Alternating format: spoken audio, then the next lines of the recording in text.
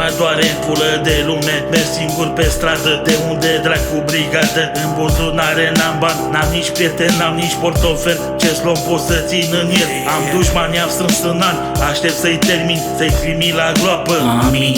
Am 30 de ani, am muncit de când mă știu. M-am lăsat acum un an, n-am pus deoparte niciun ban. N-am avut nici măcar o vacanță de adevărată. Să mă bucur de viață, n-am iubită de ceva timp. Mi se vede singurătatea pe chip. Am mai dat o muie, am mai plătit o curvă, dar nu mă mai atrag, nu mai plătesc, nu mai produc, nu mai muncesc, nu mai pasă de viață. Vreau să achii câțiva, să le socoliva, să mă piși Pe mormintele lor. să zic că v-ați meritat-o mortăciunilor. N-am bani, sunt gol în buzunare. Am dușmani, trimit la miropoare. N-am prieteni, n-am nevoie de nimeni. N-am bani, sunt gol în buzunare. Am dușmani, trimit la miropoare. N-am prieteni, n-am nevoie de nimeni.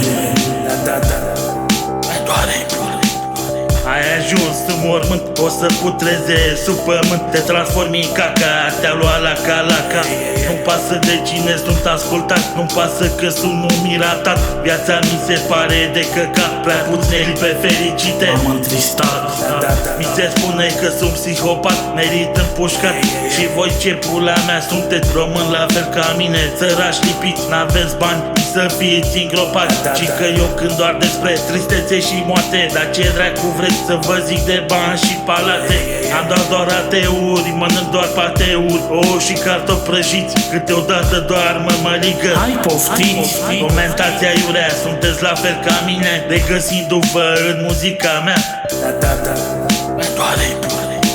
N-am bani, sunt gol în buzunare. Am dușmani, trimit la miropoare. N-am prieteni, n-am nevoie de nimeni. N-am bani, sunt gol în buzunare. Am dușmani, trimit la miropoare. N-am prieteni, n-am nevoie de nimeni.